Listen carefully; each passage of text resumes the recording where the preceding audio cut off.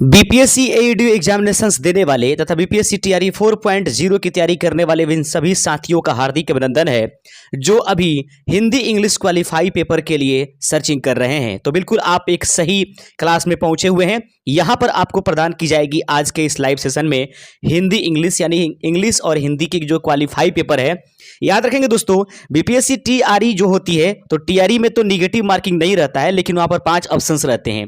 लेकिन बहुत ही खतरा है बीपीएससी एईडीओ में, क्योंकि दोस्तों एईडीओ में जो है निगेटिव मार्किंग है 1/3 का, और 1/3 का जो निगेटिव मार्किंग है वो इतना आसान रहने वाला नहीं है। सबसे बड़ी जो खेल होगी वह होगा आपका लैंग्वेज में। जिसका लैंग्वेज में पकड़ बेहतर होगा, लैंग्वेज में जो बेहतर तरीके से क्वालिफाई कर पाएंगे दोस्तों, याद रखेंगे वो निश्चिंत रहें, क्योंकि सबसे ज्यादा अगर कड़ी जो फाइटिंग होगी हिंदी इंग्लिश, क्योंकि मैक्सिमम कैंडिडेट ऐसे होंगे जो डिसक्वालीफाई हो जाएंगे हिंदी इंग्लिश में, क्योंकि बीपीएससी जो टीआरई होती है उसमें इंग्लिश और हिंदी में दोनों मिलाकर के आपको 30% नंबर मंगाने होते हैं, यानी 30 में 9 नंबर मंगाने होते हैं, लेकिन निगेटिव मार्किंग नहीं होता है। यहां पर जो है एईडीओ में अंग्रेजी में आपको 100% जो है 9% मतलब 30% नंबर मंगाने हैं, 9 नंबर हर हाल में मंगाने हैं, वरना डिसक्वालीफाई हो जाइएगा। फिर पेपर 2 पेपर 3 देने से कोई फायदा नहीं है। अंग्रेजी में जैसे कि आपको जो 30% नंबर मंगाने हैं 9 नंबर,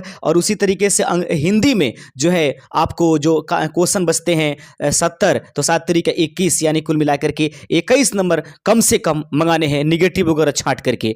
तो दोस्तों एईडीओ वाले बिल्कुल सतर्क हो जाएं, इसलिए हम open study area YouTube channel पर लेकर के चल रहे हैं हिंदी इंग्लिश का क्वालिफाई पेपर। तो आइए अंग्रेजी के प्रश्न को सबसे पहले हम लोग देखेंगे।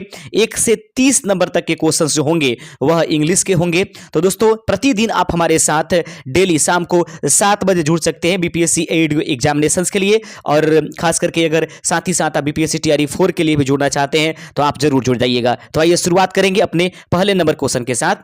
Choose the correct synonym of the, यहां पर लिखा गया है अबेंडेंट। याद रखेंगे अबेंडेंट का यहां पर साइनोनेम अर्थात यहां पर समानार्थी वर्ड चुनने हैं। तो सबसे पहले तो आपको जानकारी होना चाहिए कि अबेंडेंट का हिंदी क्या होता है, उसके बाद जाकर के चारों ऑप्शंस आपको पता होना चाहिए, चारों ऑप्शन के हिंदी क्या है, तभी जाकर के जो है साइनोनेम या एंटोनेम आप कर पाइएगा। तो बिल्कुल हमारे साथ बने रहिए, डेली बाय डेली जुड़िए। अगर आपको मालूम है कि अबेंडेंट का निम्नलिखित में से कौन सा सही आंसर होगा तो जरूर कमेंट कीजिए। तो सबसे पहले जो अबेंडेंट है, तो अबेंडेंट का मतलब जो होता है दोस्तों वह प्रचुर होता है। याद रखेंगे प्रचुर, और प्रचुर का मतलब भरपूर भी होता है, और भरपूर का मतलब बहुत भी होता है।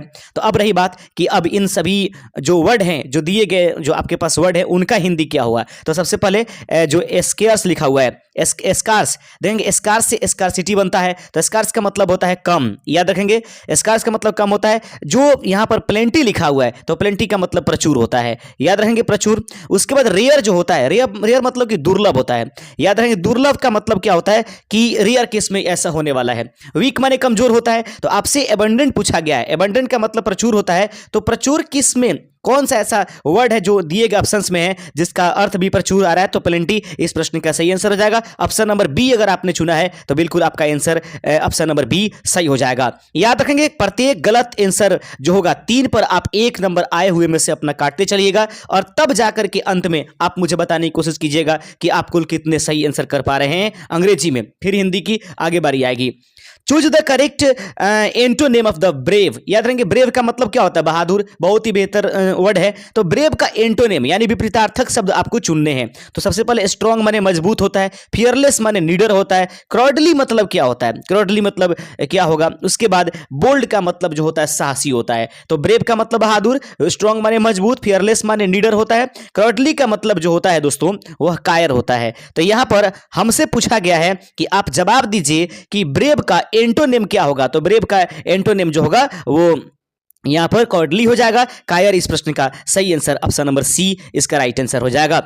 दोस्तों यहां पर तीसरा नंबर क्वेश्चन आपके सामने है कि फिल इन द ब्लैंक्स। अब सोच रहे होंगे कि इतने आसान क्वेश्चन नहीं होगा। बिल्कुल आप ये समझ लीजिए कि इससे भी आसान question Hindi English qualify paper के लिए आते हैं, बशर्ते ही आपको ध्यान में रखना होगा कि ये खतरा यहां पर होता है कि आप निगेटिव अगर टैग करते हैं तो वहां पर आए हुए हल्के क्वेश्चंस भी आपको बिल्कुल बदनाम करके निकल सकते हैं। तो ऐसे में ध्यान रखिएगा क्वेश्चन बिल्कुल स्लो ही रहेगा हिंदी इंग्लिश का, क्योंकि क्वालिफाई पेपर बहुत हार्ड होने वाला नहीं है। उसमें भी लोग क्वालिफाई नहीं कर पाते और ऐसे भी जो कैंडिडेट होते हैं बिहार के, उनके इंग्लिश थोड़ा सा उतने बेहतर नहीं होते, मैथ को तो जादूगर होते हैं हम लोग, इसमें कोई शक नहीं है। फिल इन द ब्लैंक्स, ही लिखा है she dash to school everyday, यानी कि she dash to school everyday. क्या she go to school everyday, she gone, she going, she goes. तो याद रखेंगे सब्जेक्ट प्लस V5 यानी कि प्रेजेंट इंडेफिनिट टेंस का ये सेंटेंस है, तो गो के बाद यहाँ पर सी के बाद गोज लगाया जाएगा। ऑप्शन नंबर डी इस प्रश्न का सही आंसर है। अगर आपने भी चुना है ऑप्शन नंबर डी तो इस प्रश्न का सही आंसर हो जाएगा। चौथा नंबर क्वेश्चन है कि आइडेंटिफाई द करेक्ट स्पेलिंग। जो यहां पर दिया गया है उसमें से कौन है जो आपके पास करेक्ट स्पेलिंग लिखा गया है। तो देखेंगे ACCOM है ना, यहां पर डबल एम, यहां पर एम नहीं है, इसमें डबल, यहां पर सी छूट गया है, यहां पर जो है कमांडेशन कर दिया गया है, एम एक कर दिया गया है, जो कि एम के बाद ओ होगा। तो ऑप्शन नंबर जो ए है, ए प्रश्न का सही आंसर है। एकोमेंडेशन का जो सही स्पेलिंग है वह ऑप्शन नंबर ए है। ऑप्शन नंबर ए इस प्रश्न का राइट आंसर हो जाएगा। आप अपना स्कोर जरूर काउंटिंग करते चलिएगा और अंग्रेजी के बाद कितने अंग्रेजी में आप सही कर पा रहे, काट छाट करके, यानी कि निगेटिव 1/3 हटा करके कितना सही कर पा रहे हैं। Choose the correct article. निम्नलिखित में से वो आर्टिकल कौन है। आप सभी जानते हैं कि ए एंड दी को आर्टिकल कहते हैं। He is dash honest man, तो ऑनेस्ट को जब लिखेंगे तो ऑनेस्ट हो जाता है, ओ आता है, इसीलिए एन यहां पर प्रयोग हो जाएगा। ऑप्शन नंबर बी अगर आपने भी चुना है तो सही आंसर आपके पास ऑप्शन नंबर बी हो जाएगा। तो यहां पर प्रश्न आपके सामने है कि चूज द करेक्ट टेंस। याद रखेंगे करेक्ट टेंस आपको चुनने की आवश्यकता है। सी डैश हर, याद रखेंगे dash correct tense dash her homework already, यानी कि इसमें टेंस के हिसाब से आपको वर्ड इसमें भरने हैं। She dash her homework already, तो याद रखेंगे उसने अपना होमवर्क जो है, अपने गृह कार्य पहले ही कर लिया है, तो हैज डॉन हो जाएगा। She has done her homework already, option number 20 प्रश्न का सही आंसर हो जाएगा। 7वां नंबर क्वेश्चन आपके सामने कि फाइंड द एरर। आपको एरर इसमें चुनने की जरूरत है, इसमें से आपको गलतियां ढूंढने की आवश्यकता है, और वो ये है कि ही do not like T. He do not like T, याद रखेंगे डू के स्थान पर डॉज होना चाहिए था। याद रखेंगे डॉज यानी कि सब्जेक्ट प्लस डू या does plus V1 plus object होता है, तो डू के बाद यानी कि डू या डॉज करने होते हैं, नॉट प्लस होता है, तो यहां से डू ही के साथ डू नहीं बल्कि डॉज होता है, तो यहां पर डू जो है वह गलत इस्तेमाल किया गया है। ऑप्शन नंबर 20 प्रश्न का सही आंसर हो जाएगा।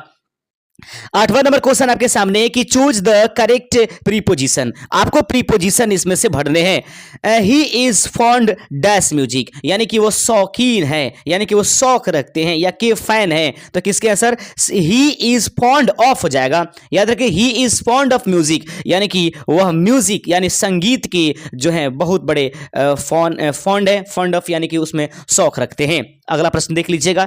9वां नंबर क्वेश्चन आपके सामने है कि choose the correct passive voice. यहां पर जो ये सेंटेंस दिया गया है इसका पैसिव वॉइस आपको चुनने हैं। याद रखेंगे राम रोट अ लेटर, याद रखेंगे लिखा गया है कि राम रोट अ लेटर, तो यहां पर बिल्कुल आपके जबान से आंसर निकल रहा होगा a letter was written by Ram. Option number A इस प्रश्न का सही आंसर है। Choose the correct passive voice. Ram wrote a letter का जो पैसिव वॉइस होगा a letter was written by Ram. आगे बढ़ते चलते हैं। 10वां नंबर क्वेश्चन आपके सामने है। प्रश्न कहता है कि choose the correct direct speech. याद रखेंगे choose the correct direct speech. आपको डायरेक्ट स्पीच जो है इसका चुनना है, वह है he said that he was happy. याद रखेंगे he said that he was happy, तो याद रखेंगे इसका सही आंसर हो जाएगा 10वें का option number B, he said I was happy. याद रखेंगे he said I was happy, option number B इस प्रश्न का सही आंसर हो जाएगा। 11 नंबर प्रश्न है कि choose the correct synonym of the rapid. Rapid का जो होता है वह बिल्कुल साइनोनेम चुनना है। तो आपने देखा होगा एजुकेशन के क्षेत्र में बोलता है कि ये रैपिड फायर राउंड चल रहा है, यानी कि तीव्र गति से चलने वाली चीजों को रैपिड कहते हैं, अर्थात रैपिड का मतलब तेज होता है। तो अब देख लीजिए निम्नलिखित में से कौन ऐसा शब्द है जो तेज से मिलता जुलता हुआ है। Slow, small, weak, fast. याद रखेंगे फास्ट इस प्रश्न का सही आंसर हो जाएगा। आगे बढ़ते चलते हैं। 12वां नंबर क्वेश्चन आपके सामने है कि choose the correct antonym of the ancient. याद रखेंगे एशिएंट का मतलब क्या होता है दोस्तों? एशिएंट का मतलब प्राचीन होता है, और प्राचीन का विपरीतार्थक शब्द आपको चुनने हैं, यानी कि प्राचीन का उल्टा क्या हो जाएगा। तो एशिएंट का उल्टा क्या हो जाएगा? मॉडर्न अर्थात आधुनिक। इस प्रश्न का ऑप्शन नंबर बी सही आंसर हो जाएगा। मेरे प्यारे साथियों 13वां नंबर क्वेश्चन आपके सामने कि फिल इन द ब्लैंक, आपको ब्लैंक में जो है वर्ड भरने हैं। याद रहेंगे दे डैश प्लेइंग फुटबॉल, याद रहेंगे दे डैश प्लेइंग फुटबॉल, तो they are playing football, option number C इस प्रश्न का सही आंसर हो जाएगा। दे के बाद आर का प्रयोग करेंगे तो इस तरीके से they are playing football, option number C इस प्रश्न का राइट आंसर हो जाएगा। 14वां नंबर प्रश्न आपके सामने है कि चूज द करेक्ट फॉर्म, यानी कि आपको करेक्ट फॉर्म इसमें चुनने की आवश्यकता है। I have been waiting dash 2 hours, याद रखेंगे I have been waiting dash 2 hours, याद रखेंगे तो मैं इंतजार करते आ रहा हूं लगभग 2 घंटों से, तो फॉर यहां पर हो जाएगा क्योंकि निश्चित समय नहीं दिया गया है, अनिश्चित समय दिया गया रहता है तो फॉर का प्रयोग करेंगे, और निश्चित समय दिया जाएगा तो यहां पर हम लोग सिंस का प्रयोग कर देते। I have been waiting for 2 hours, option number B इस प्रश्न का सही आंसर है। 14 का ऑप्शन नंबर बी इस प्रश्न का राइट आंसर हो जाएगा। आप देख रहे हैं open study area YouTube channel. दोस्तों हम रुकेंगे आपको 30 सेकंड के लिए। यदि आप बीपीएससी टीआरई 4.0 या बीपीएससी एडीओ एग्जामिनेशन की तैयारी करते हैं तो बीपीएससी एडीओ एग्जामिनेशन के लिए हमारे YouTube channel open study area आपको प्रदान करती है हिंदी इंग्लिश का क्वालिफाई पेपर, जिसे आप हमारे दिए गए इस व्हाट्सएप नंबर से परचेज कर सकते हैं। बीपीएससी टीआरई 4 के लिए अगर मटेरियल चाहिए तो भी आप हमसे ये परचेज कर सकते हैं, व्हाट्सएप नंबर पर आप संपर्क जरूर कर लीजिएगा। आगे प्रश्न है आइडेंटिफाई द नाउन, याद रहेंगे इसमें नाउन कौन है उसको जो है आपको चुन लेने हैं। Honesty is the best policy, याद रहेंगे ऑनेस्टी ईमानदारी एक सर्वोत्तम नीति है, इसमें से कौन जो है नाउन के रूप में प्रयोग किया गया है, तो ऑनेस्टी मतलब ईमानदारी, ईमानदारी एक प्रकार की महसूस करे जाने वाली चीज है, एब्स्ट्रैक्ट नाउन का ये उदाहरण है। इस प्रकार से ऑप्शन नंबर ए इस प्रश्न का राइट आंसर हो जाएगा। 15 का ऑप्शन नंबर ए इसका सही आंसर हो जाएगा। 16वां नंबर क्वेश्चन आपके सामने है और प्रश्न कहता है कि चूज द करेक्ट एडजेक्टिव, आपको एडजेक्टिव इसमें से जो है सही चुनने हैं। She is dash girl, beauty, beautiful, beautifully, beautify, तो याद रखेंगे वह खूबसूरत लड़की है, तो इसमें से ब्यूटीफुल याद रखेंगे एडजेक्टिव के रूप में प्रयोग हुआ है। ऑप्शन नंबर बी अगर आपने भी चुना है तो इसका सही आंसर ऑप्शन नंबर बी हो जाएगा। आइए बढ़ते चलते हैं, चैनल को सब्सक्राइब जरूर करते चलिएगा, अपने दोस्तों में शेयर कीजिएगा और वीडियो को लाइक अवश्य कर दीजिएगा। चूज द करेक्ट वर्ब, आपको वर्ब इसमें चुनना है, तो याद रहेंगे करेक्ट वर्ब इसमें चुनना है। ही डैश क्रिकेट यस्टरडे, यानी कि ही डैश क्रिकेट यस्टरडे लिख दिया गया है, यानी काम हो चुका है, बीत चुका है, पास्ट में हो गया है, तो याद रहेंगे प्लेड का प्रयोग कर देंगे। 17 का ऑप्शन नंबर हो जाएगा सी, ही प्लेड क्रिकेट यस्टरडे, वह कल जो है क्रिकेट खेला था। इस प्रकार से ऑप्शन नंबर सी इस प्रश्न का सही आंसर हो जाएगा। चैनल को सब्सक्राइब अवश्य करते चलिएगा। आइए बढ़ेंगे, चलें अपने अगले नंबर क्वेश्चन के साथ। दोस्तों 18 नंबर क्वेश्चन आपके सामने है, प्रश्न नंबर 18 आपके सामने है और प्रश्न नंबर 18 देख लीजिएगा कैसे चलता है। प्रश्न का होता है 18 नंबर की choose the correct synonym of happy, happy का आपको साइनोनेम अगर चुनना है यानी कि उसका समानार्थक शब्द चुनना है तो याद रखें हैप्पी, तो याद रखेंगे सही आंसर क्या हो जाएगा 18 का ऑप्शन क्या हो जाएगा, फटाफट आंसर कीजिए। साइनोनेम आपको हैप्पी का चुनना है, तो ऐसे में 18 का ऑप्शन नंबर बी जॉयफुल इसका जो ये दिए गए ऑप्शन है उसमें साइनोनेम हो जाएगा।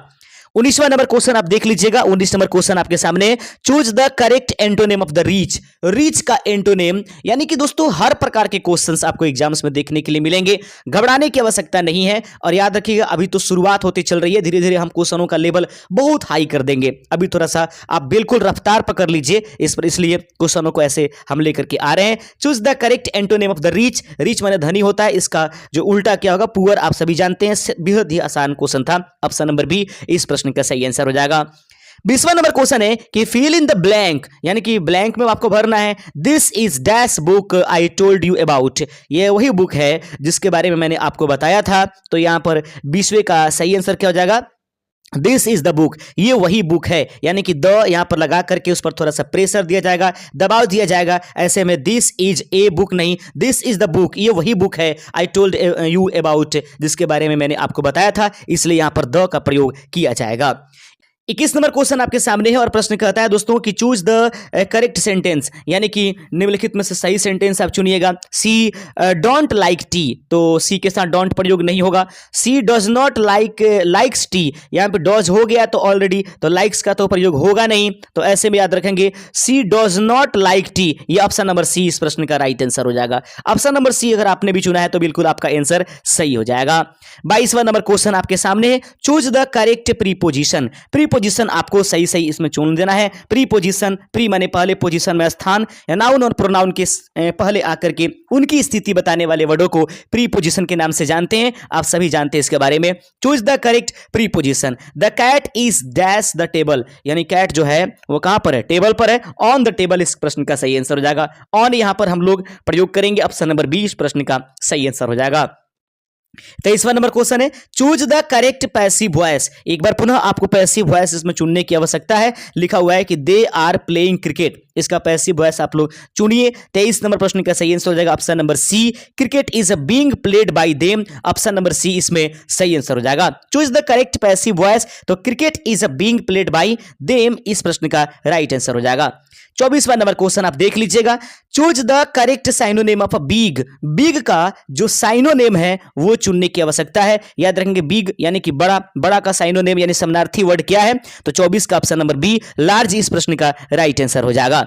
आगे बढ़ते चलते हैं। अगला नंबर क्वेश्चन आपके सामने है कि choose the correct synonym of the easy. Easy का जो है एंटोनेम आपको चुनने की आवश्यकता है। विपरीतार्थक शब्द इजी का चुनना है, तो इजी का जो विपरीतार्थक शब्द है वो है डिफिकल्ट। ऑप्शन नंबर डी इस प्रश्न का राइट आंसर हो जाएगा। 26वां नंबर क्वेश्चन है कि फिल इन द ब्लैंक, यानी कि आपको ब्लैंक्स में भर देने हैं। आई डैश माई वर्क नाउ, यानी कि याद रखेंगे आई डैश माई वर्क नाउ, मैं अभी अपना काम कर रहा हूं। ऐसे सेंटेंस में, इस सेंस में इसका आंसर आपको चुनना है। I dash my work now, मैं अपना काम क्या कर रहा हूं। तो I am doing my work now option number B इस प्रश्न का सही आंसर हो जाएगा। 27वां नंबर क्वेश्चन आपके सामने है कि choose the correct form. Correct form आपको चुनना है। She dash to market daily, she dash to market daily, इसमें से आपको चुनने की आवश्यकता है। तो 27 नंबर प्रश्न का सही आंसर हो जाएगा option number C goes to market daily, वह प्रतिदिन मार्केट यानी बाजार जाती है। यानी सी के साथ V5 का प्रयोग हो जाएगा, तो गोज का प्रयोग यहां पर उचित हो जाएगा। 28 नंबर क्वेश्चन आपके सामने है। प्रश्न है कि आइडेंटिफाई द प्रोनाउन। इसमें से जो दिए गए ऑप्शंस है उसमें प्रोनाउन आपको चुनने हैं। ही इज माई फ्रेंड, तो ही इज माई फ्रेंड में प्रोनाउन कौन सी है? ही है। ऑप्शन नंबर ए इस प्रश्न का सही आंसर हो जाएगा। 29 नंबर क्वेश्चन आपके सामने कि चूज द करेक्ट आर्टिकल। आप इसमें से सही करेक्ट आर्टिकल इसमें चुनिए। Dash Ganga is a holy river, तो गंगा के बारे में कि गंगा एक स्पेशल रूप से एक पवित्र नदी है। तो ऐसे में जब दबाव बन रहा है, स्पेशलिस्टिटी लाई जा रही है, तो ऐसे में इसमें दी का प्रयोग किया जाएगा। तो the Ganga is a holy river option number C इस प्रश्न का सही आंसर हो जाएगा। आइए बढ़ेंगे अपने 30वां नंबर क्वेश्चन के साथ। तो दोस्तों 30 क्वेश्चन अभी तक इंग्लिश का हम लोग देख लिए हैं। Choose the correct sentence. सही सेंटेंस आपको इसमें से चुनने हैं।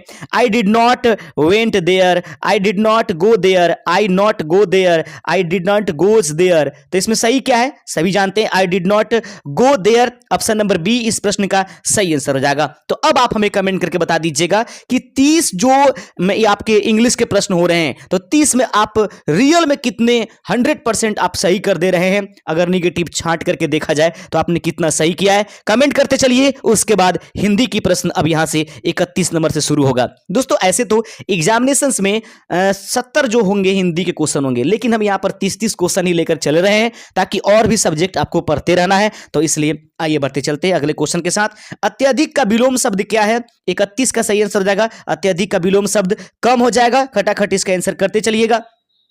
32 नंबर क्वेश्चन है कि सत्यमेव जयते में कौन सा समास है? सत्यमेव जयते में कौन सा समास है? याद रखेंगे 32 का ऑप्शन नंबर बी तत्पुरुष समास इसमें प्रयोग किया गया है। ऑप्शन नंबर बी अगर आपने भी चुना है तो सही आंसर है। 33 नंबर क्वेश्चन है कि कमल का पर्यायवाची शब्द निम्नलिखित में से कौन है? तो कमल का पर्यायवाची शब्द जो दिया गया है उसमें से सही आंसर है ऑप्शन नंबर बी पंकज को कमल के नाम से भी जाना जाता है। 34 नंबर क्वेश्चन है कि वह विद्यालय जाता है में क्रिया है। वह विद्यालय जाता में है, इसमें क्रिया कौन सी है? तो जाता है एक क्रिया है। आगे बढ़ते चलते हैं। 35 नंबर क्वेश्चन है कि नदी शब्द लिंग क्या है? नदी शब्द का लिंग क्या है? तो नदी जो है स्त्रीलिंग शब्द के रूप में प्रयोग की जाती है। ऑप्शन नंबर 20 प्रश्न का सही आंसर है। आगे बढ़ते चलते हैं कि इस अंधकार का विलोम शब्द है। अंधकार का विलोम शब्द निम्नलिखित में से क्या है? 36 का सही आंसर हो जाएगा प्रकाश। ऑप्शन नंबर ए इस प्रश्न का राइट आंसर हो जाएगा। राम ने फल खाया में कर्ता है, राम ने फल खाया में कर्ता निम्नलिखित में से कौन है? 37 का ऑप्शन नंबर ए, राम जो है किसी काम को यहां पर कर रहे हैं। अगला क्वेश्चन है जल का पर्यायवाची नहीं है, निम्नलिखित में से कौन है जो जल का पर्यायवाची नहीं है? तो दोस्तों अग्नि जो है वह जल का पर्यायवाची नहीं है, वरना पानी, नीर और वारी ये सब के सब जल के पर्यायवाची शब्द के रूप में जाने जाते हैं। 39 नंबर क्वेश्चन आपके सामने कि बहुत अधिक बोलने वाले के लिए एक शब्द क्या होता है? बहुत जो अधिक बोलता है उसको क्या कहते हैं? उसको वाचाल के नाम से जाना जाता है। 40वां नंबर क्वेश्चन आपके सामने कि सुंदर का विलोम शब्द है, सुंदर का विलोम शब्द निम्नलिखित में से क्या है? तो सुंदर का विलोम शब्द जो होता है वद सूरत, अर्थात ऑप्शन नंबर बी इस प्रश्न का राइट आंसर हो जाएगा। गाय शब्द का बहुवचन क्या है? तो गाय शब्द का बहुवचन निम्नलिखित में से कौन है? तो 41वां प्रश्न का सही आंसर है गायें, याद रखेंगे। आगे बढ़ते चलते हैं। मैं घर जा रहा हूं में पुरुष है, मैं घर जा रहा हूं में पुरुष निम्नलिखित में से कौन है? तो 42 का ऑप्शन नंबर सी उत्तम पुरुष का प्रयोग यहां पर मैं के रूप में किया गया है। आगे बढ़ते चलते हैं। 43 नंबर क्वेश्चन विद्यालय शब्द में कौन सा उपसर्ग है? विद्यालय में कौन सा उपसर्ग प्रयोग किया गया है? तो जो शब्दों के पहले लगा रहता है उसको उपसर्ग कहते हैं। तो 43 का ऑप्शन नंबर ए यानी कि वी प्रयोग इसमें किया गया है। आगे बढ़ते चलते हैं। जो कभी नहीं मरता के लिए एक शब्द क्या है? जो कभी नहीं मरता है उसके लिए एक शब्द क्या है? उसको अमर के नाम से जाना जाएगा। ऑप्शन नंबर ए इस प्रश्न का सही आंसर है। 45 नंबर क्वेश्चन है कि वह बहुत तेज दौड़ता है में विशेषण है, वह बहुत तेज दौड़ता है में विशेषण निम्नलिखित में से कौन है? तो 45 का ऑप्शन नंबर तेज इसमें जो है विशेषण के रूप में प्रयोग किया गया है। अल्प का विलोम शब्द क्या है? अल्प का विलोम शब्द निम्नलिखित में से क्या है? 46 का ऑप्शन नंबर बी अधिक जो है अल्प का विलोम शब्द है। बालक शब्द का स्त्रीलिंग रूप क्या है? तो बालक शब्द का स्त्रीलिंग रूप जो है वह दोस्तों बालिका है। आगे बढ़ते चलते हैं। जो पढ़ता है के लिए एक शब्द क्या है? जो पढ़ता है उसके लिए क्या कहते हैं? तो उस व्यक्ति को पाठक के नाम से जाना जाता है। अगला प्रश्न देख लीजिएगा। घर शब्द का बहुवचन क्या है? घर शब्द का बहुवचन क्या है? तो 49 नंबर प्रश्न का सही आंसर है ऑप्शन नंबर ए घर का बहुवचन घरों होता है। आगे बढ़ेंगे। राम और श्याम में कौन सा समास है? राम और श्याम में कौन सा समास प्रयोग किया गया है? तो दोस्तों इसमें द्वंद्व समास का प्रयोग किया गया है। 51वां प्रश्न है कि वह स्कूल नहीं जाता, मैं नहीं क्या? याद रखेंगे में नहीं क्या है? याद रखेंगे वह स्कूल नहीं जाता है में नहीं क्या है? नहीं निम्नलिखित में से क्या है? तो 51वां प्रश्न का सही आंसर है कि ऑप्शन नंबर सी या नहीं जो है अव्यय के रूप में प्रयोग किया गया है। सच्चाई शब्द में प्रत्यय क्या है? सच्चाई शब्द में प्रत्यय निम्नलिखित में से क्या है? 52 का ऑप्शन नंबर सी सच्चाई में ई जोड़ा गया है। आगे बढ़ते चलते हैं। किताब शब्द का लिंग क्या है? किताब शब्द का लिंग क्या है? 43 का ऑप्शन नंबर बी यह किताब मेरी है, अर्थात यह स्त्रीलिंग हो जाएगा। धीरे धीरे किस प्रकार का शब्द है? तो धीरे धीरे दोस्तों एक अव्यय है, इसके बदले में संस्कृत में सनय सनय प्रयोग किया जाता था, आप याद रखिएगा। 55 नंबर क्वेश्चन है फल का पर्यायवाची शब्द निम्नलिखित में से कौन है? तो 55 का सही आंसर है फल का परिणाम पर्यायवाची शब्द है जो परिणाम है, यानी कि परिणाम घोषित हो गया, यानी कि फल प्राप्ति हो गई। मैट्रिक एग्जामिनेशन का, एडीओ एग्जामिनेशन का ऐसे होता है ना। सुबह का विलोम शब्द क्या है? सुबह का विलोम शब्द निम्नलिखित में से शाम, ऑप्शन नंबर ए इस प्रश्न का सही आंसर है। कर्म का कारक है, कर्म का कारक निम्नलिखित में से कौन है? तो कर्ता ने कर्म को, याद रखेंगे कर्ता ने कर्म को कर्म का कारक है। तो निम्नलिखित में से क्या है दोस्तों? 57 का ऑप्शन नंबर बी कर्ता ने ये कर्म कारक के रूप में प्रयोग किया जाता है। 58 नंबर क्वेश्चन है कि राम ने सीता को फल दिया में को कौन सा कारक है? राम ने सीता को फल दिया में को कौन सा कारक है? तो राम ने सीता को, कर्ता ने कर्म को, याद रखेंगे 58 का ऑप्शन नंबर बी इस प्रश्न का सही आंसर होना बिल्कुल। लेकिन यहां पर दोस्तों यहां पर संप्रदान कर दीजिए, फल को दे दिया जा रहा है, यहां पर संप्रदान किया जाएगा। ऑप्शन नंबर डी इस प्रश्न का सही आंसर होगा। कर्ता ने कर्म को यहां पर नहीं होगा, दान के रूप में, मतलब उसको सीता को दे दिया जा रहा है। नीलकमल में कौन सा समास है? नीलकमल में निम्नलिखित में से कौन सा समास है? तो याद रखेंगे 59 का ऑप्शन नंबर बी कर्मधारय समास इसमें प्रयोग हुआ है। जो लिखा गया है वह कहलाता है, जो लिखा गया है वह निम्नलिखित में से क्या कहलाएगा? आप इसका आंसर हमें कमेंट करके बताइएगा ताकि हमें मालूम चले कि आप अंतिम समय तक हमारे इस वीडियो को देखे हैं। मिलेंगे दोस्तों अपने नए सेशन के साथ। आप डेली बाय डेली हमारे साथ शाम को 7 बजे हमारे इस लाइव सेशन में जुड़ सकते हैं। शुक्रिया, जय हिंद।